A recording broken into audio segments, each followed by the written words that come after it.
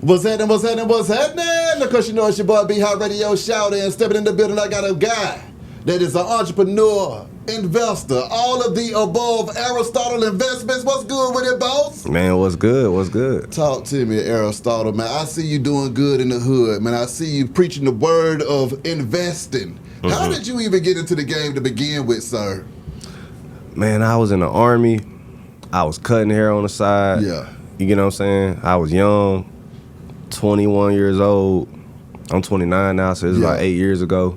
My God. And the idea came from me Googling how to make money from my cell phone. You feel me? And every site that I clicked on said investing. Yeah. Because I was in the Army, we got up at 5:30 a.m. and then get home to 5 p.m. So we work a 12-hour shift every day, Monday through Friday. My God. So I'm like, man, I ain't gonna never be able to get rich if I don't got, some free time. So I was like, well, the only way I'm gonna be able to make money is from my phone. And everything said investing, and it was an app called Acorns. And the idea was I put like $4,000 into Acorns, but what I was doing was I came up with a plan. I'm gonna put $100 a week into Acorns. Yeah. Because it was the only auto investing app that I saw that worked. Yeah. So once I got to about $4,000, so that's like 40 weeks of saving. I started like in 2016, and then like towards mid 2017, I got 4,000 in it, something like that. And then I'm like, okay, how am I making money? I'm up 10%. I put $4,000 in, but I'm up $400. Yeah. How the hell did I get 10%? So all I was trying to do was figure out how the hell is this shit making me money.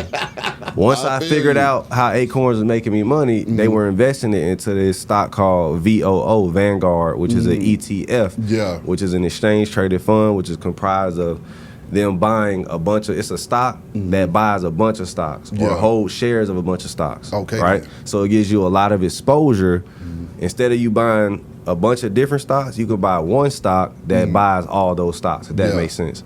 So I'm like, okay, bet. Now I'm about to take this 4,000 out and go actually invest in those individual stocks. So if Vanguard has Meta, Apple, Google, all that in their portfolio, I was like, why not just buy 1 or 2 shares of all of those at the same time with this $4,000 and see how this shit move? Yeah. And then I was like, then I saw this chart, and it said if I invest $100 a week, for the next 40 years at a 10% some return, I'll be a millionaire by the time I'm 65.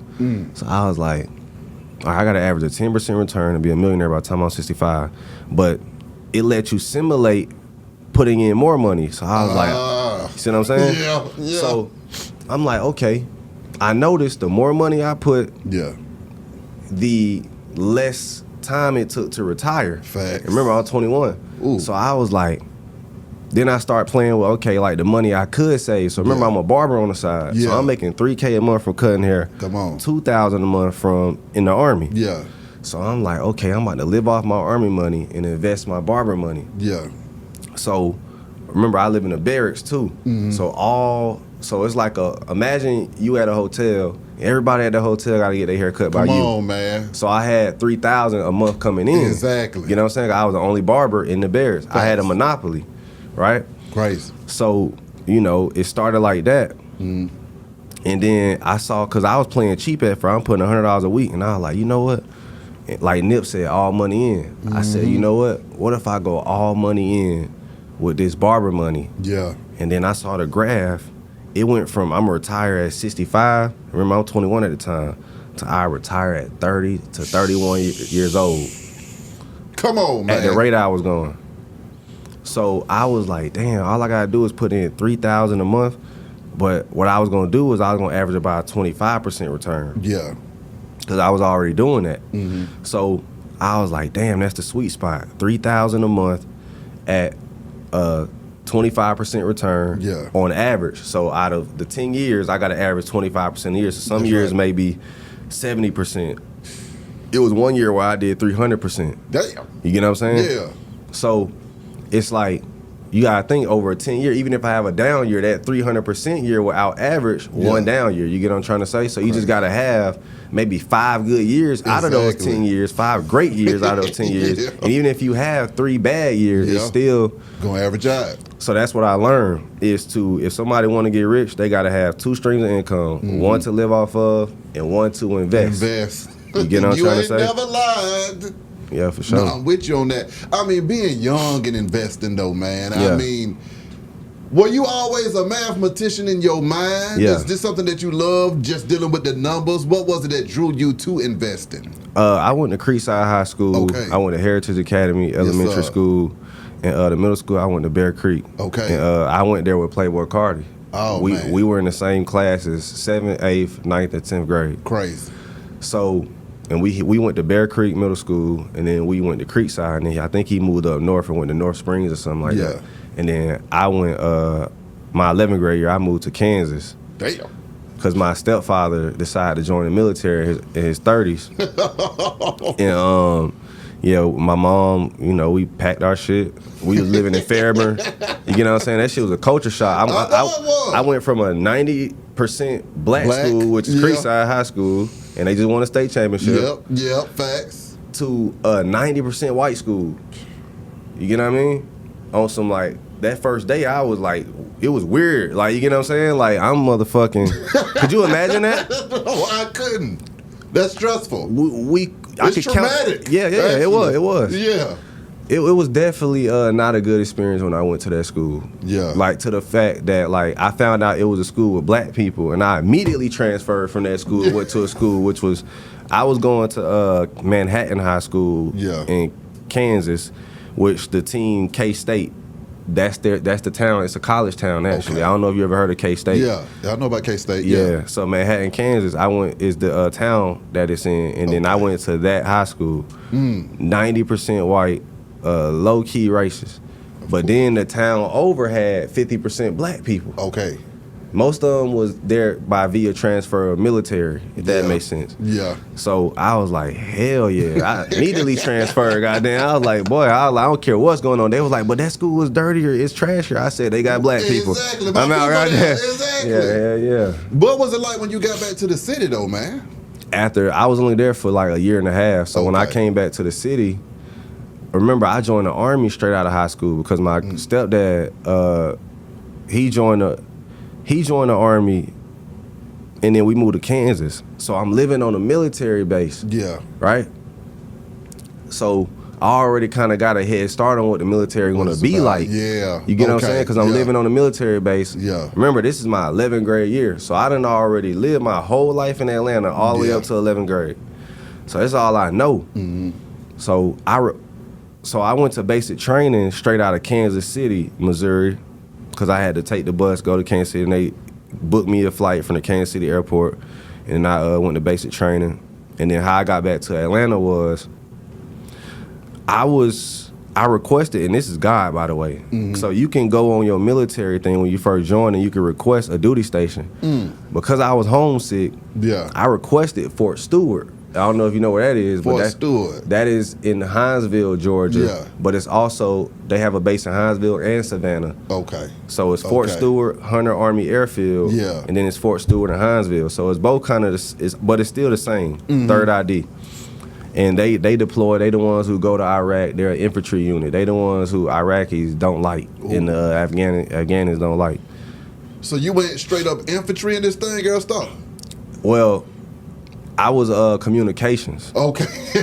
I was IT. Yeah. So that's the thing. I was already smart. Okay. So I got a high score on the ASVAB. Yeah. And how I did it, and that's funny because this actually goes into what made me learn how to invest. Yeah. The reason I got a high score on the ASVAB was because I read this book called ASVAB for Dummies. You heard of the For Dummies series, right? Yeah, of course. So I was like, damn, this the shit that got me the high score to get a nice job in the military.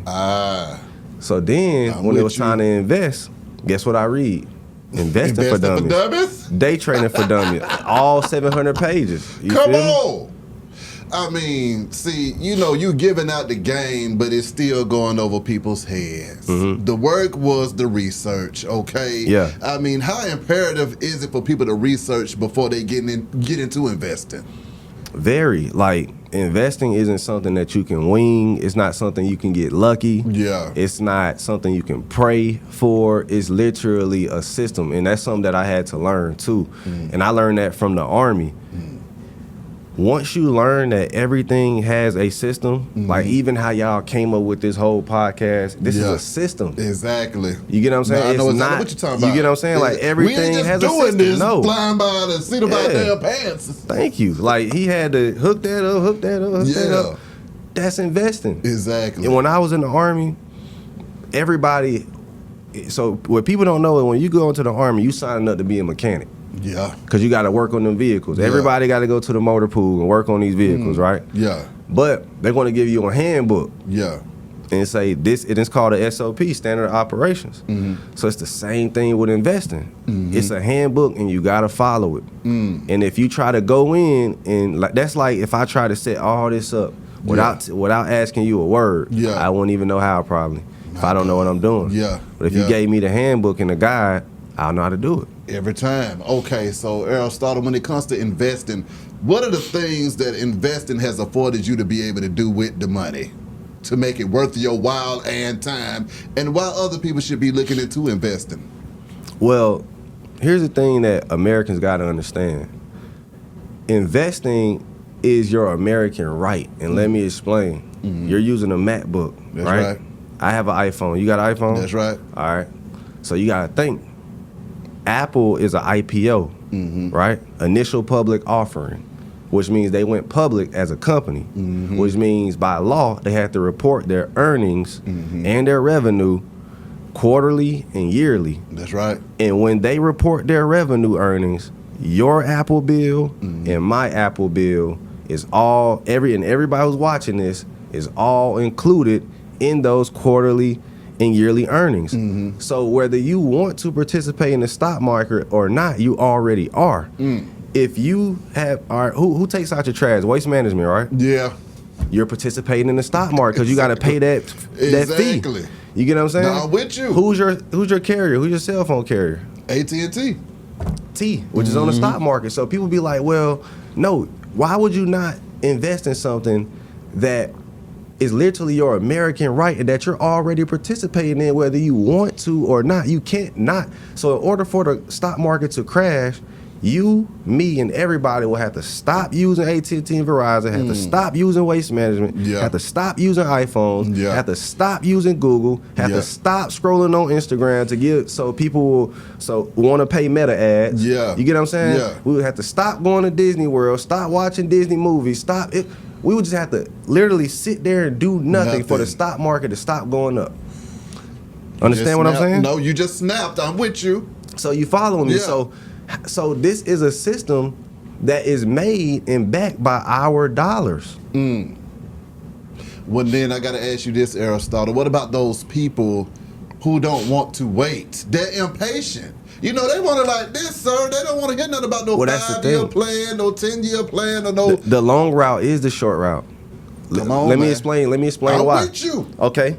From 2020, it's already about to be 2030. If you would have been hustling since 2020, that's already 10 years. So for somebody to say this shit is not worth it and it's too long, 10 years done already passed. Exactly. It's already 2026.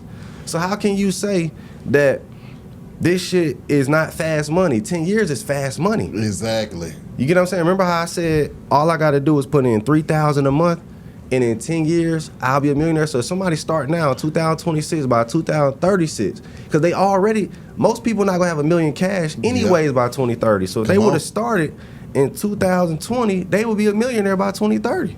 Okay, Aristotle, when you're trying to explain this to people, how much resistance are you facing, and how many people actually listen? Or does it just go over their head, or they don't want to accept it?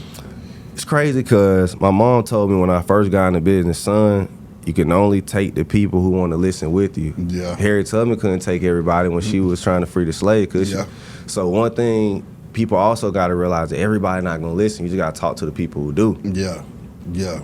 And you can't have all the money in the world. Everybody not gonna buy from you, and everybody not gonna like you. Yeah. And you get what I'm saying? So it's like, it's certain things that you just gotta know in life. I'm not here to change everybody.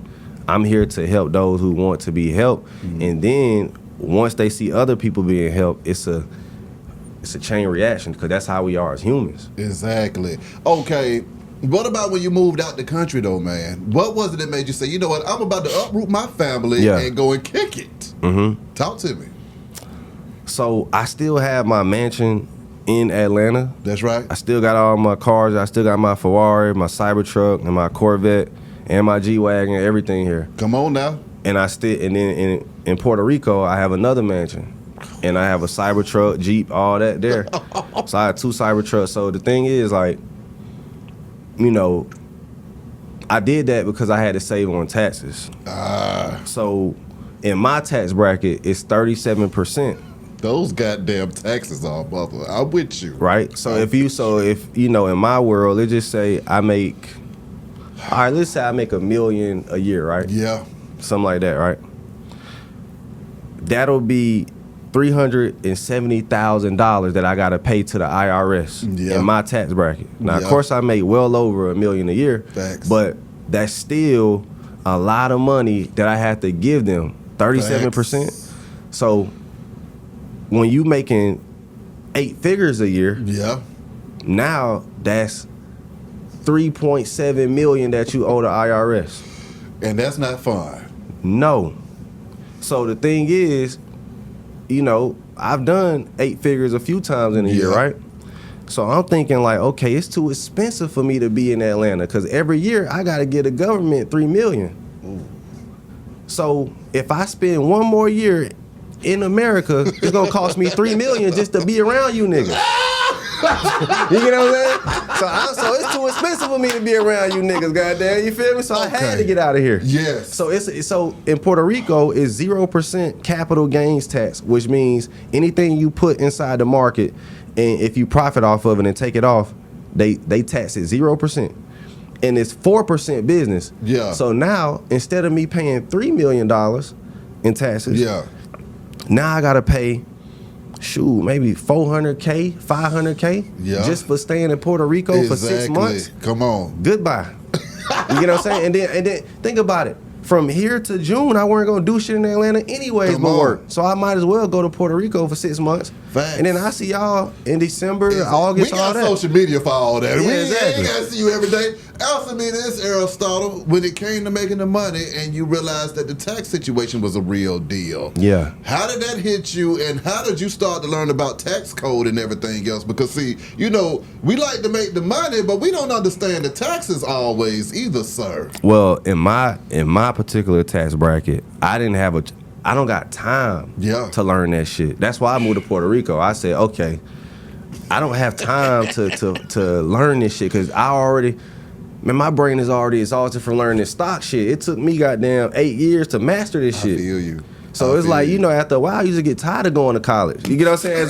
As a nigga, bro. Like, keep it 1,000, like, master a new fucking, like, now I gotta be a CPA. You get what I'm saying? I feel you. I just already, like, niggas, you know, we already naturally, like, I ain't gonna say we lazy, but we men, like, we humans. Man. We got other things better to be doing other than reading all the doggone goddamn time. So I was like, man, I'm not finna read a goddamn thing. I'm about to go to Puerto Rico. Yeah. You get what I'm saying? Come on.